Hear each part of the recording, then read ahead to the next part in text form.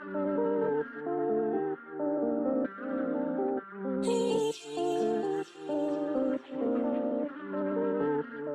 guys, and welcome back to yet another video. My name is Sasero, and today I'm going to be sharing with you guys my filming setup. So this was actually a requested video that I had promised to integrate into a vlog, but I can see that a vlog is something that's just not going to happen anytime soon, so I decided to make a dedicated video out of it. And without any further ado, let us get into it.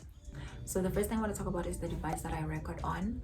I don't own a camera, so I do everything on my phone. On my iPhone 11, I use both the front and back camera. Obviously, for when I shoot different types of content, like when I do sit-down videos, I'll use the front camera, and when I'm vlogging or anything like that, I'll use the back camera. And my rear camera obviously has better quality, but the front one does just as good and is getting the job done for now.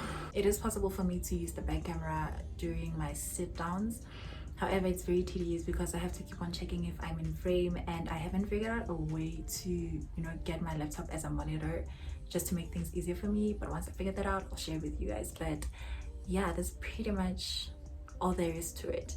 Now, the issue with filming on my iPhone is that I use this phone also for personal use, so the storage gets full very fast, and that sometimes hinder just productivity on my side when it comes to like content creation and stuff like that, all of which I'll get into in just a moment. So some equipment that I have invested in throughout like my YouTube career so far are my ring light, which you guys are sitting on right now. I'll put some on the screen, as well as 2 other tripods, both of these from Takealot, and I will link them down below. So this one is the one that I'll just set up in my room, usually on top of my table because it's a little broken, and then this one is my traveling or like vlogging tripod, which is quite smaller and fits into pretty much everything. And obviously I have a laptop where all the final editing will happen. So the filming process, what happens is, say I'm filming a sit-down video like I am right now. Like I mentioned that I struggle with space with this phone. I'll shoot my videos in intervals of like 5 minutes, 6 minutes, just around there. That way I keep checking my phone and actually checking if it's continuing to record, because what it do is it'll just stop midway and you'll be here rambling and talking and talking and talking, and your phone didn't record. And so once I'm done shooting a 20-minute long video of 5-minute intervals, I'll go on to my editing apps. Now the first app, or is it software, I don't know, that I use is iMovie on this exact phone. So what I'll do is I'll go right ahead and go into my iMovie on my phone and edit the first 2 5-minute videos of the 20-minute video and break it down to like 6 minutes, however much I can break it down to, because I'm one of those YouTubers that don't like long pauses. So I'll cut all of that out and all the necessary things that I said. In the iMovie, it actually has quite the number of features. I use it mostly just to crop my videos and make sure that I have just one solid thing that I'm gonna put out at the end of the day. I just have some text on it. I can also play around with the speed of my video, add some music, do split screen, do green screen. It actually does quite a lot. But obviously that's not what this is about. So once I am done with reducing the first 10 minutes of the full video into like 6 minutes or however long, I'll go ahead and save the video, and due to space again, I'll take that video and transfer it immediately to my laptop, and then go back to my phone and delete that very new saved video alongside the first clips that I had taken, so like the raw footage and the final footage of the first half, if that makes sense.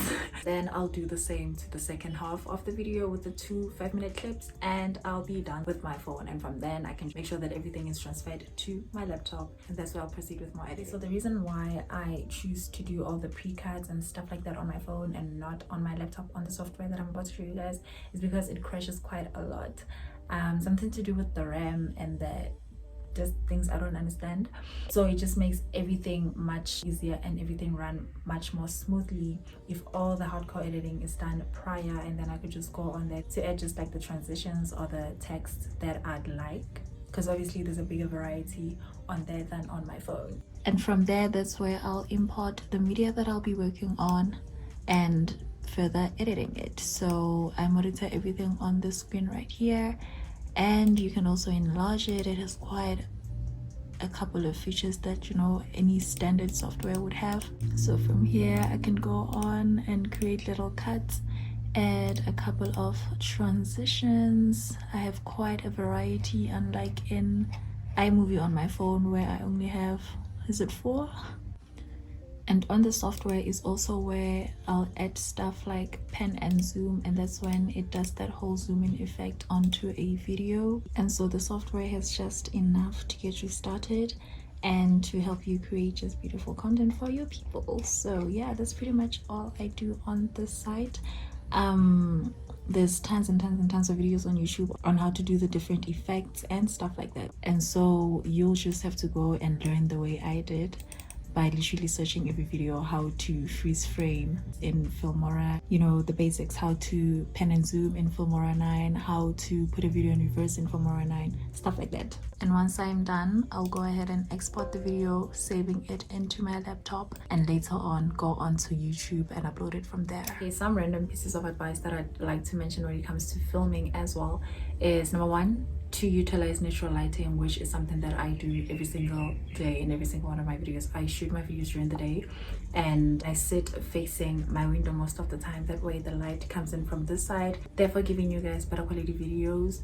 So maybe do shoot during the day, do get a ring light if that's something that you're willing to invest in. The other thing would be cleaning the lenses of your cameras before you start to record. The other thing would be checking the settings of your phone before you record, which is advice I should start listening to my own self, because my phone films up to like 4K 60 frames per second, and sometimes I just film with that and I forget to lower the quality to like an HD 30 or an HD 60.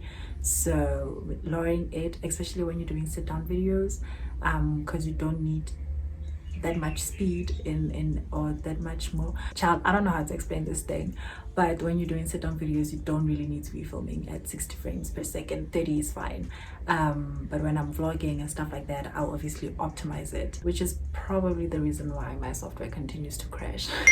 But yeah, that's it for my video. I really hope that I did give out a helpful tip in all of this. It wasn't too in-depth, but it is what I had promised the person who requested this video. But I hope it did bring some good to you too watching it now. Yeah, be sure to give it a big thumbs up if I gave any useful tip during the video, and also don't forget to subscribe if you haven't already. It means so much to me, and I'll be seeing you guys in my next video.